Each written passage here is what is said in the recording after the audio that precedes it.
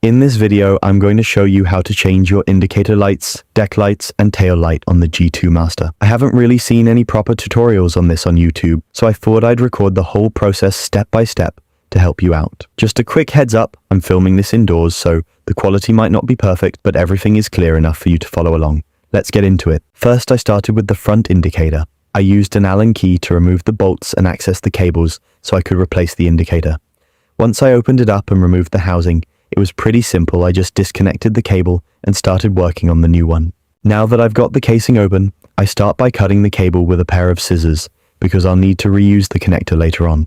I remove the old light, then cut the cable on the new one as well. Connecting the cables is pretty simple, but before you do that, make sure you fit the new light into the housing and screw it back in place. Otherwise, you won't be able to do it properly after. Now for connecting the cables, I used heat shrink tubes, but you can also use electrical tape if that's what you've got.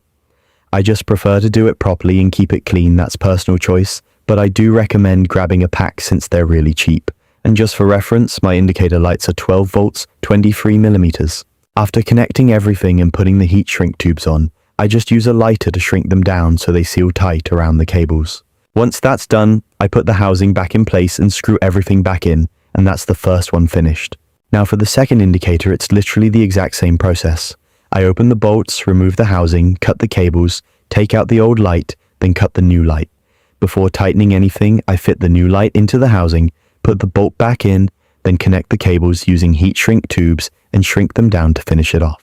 Now for the logo LED lights, I'm using 12 volt LEDs. I just slid the KuKirin logo off to access the LED and the cables. This part is actually pretty simple.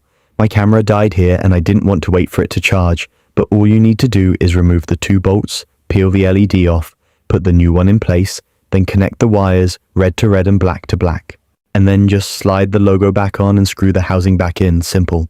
Now for the rear indicators, I used white for the front and red for the rear. It's the same process, and it starts to get easier and quicker once you get used to it.